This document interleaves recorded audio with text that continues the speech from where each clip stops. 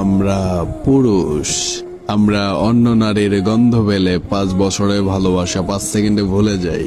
আমরা পুরুষ কখনোই এক নারীতে আসক্ত থাকি না, বা গল্পটা এমন হতে পারে আমরা কখনো এক নারীতে আসক্ত থাকতে পারি না। এটা আমাদের পুরুষ জাতির দোষ। আচ্ছা, তোমরা কি করো বোন?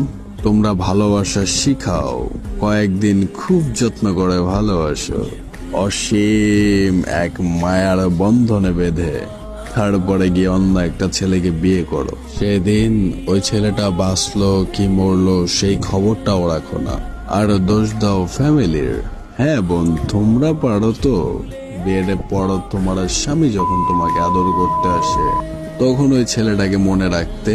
তোমরা পারো তো এক পুরুষে আসক্ত থাকতে।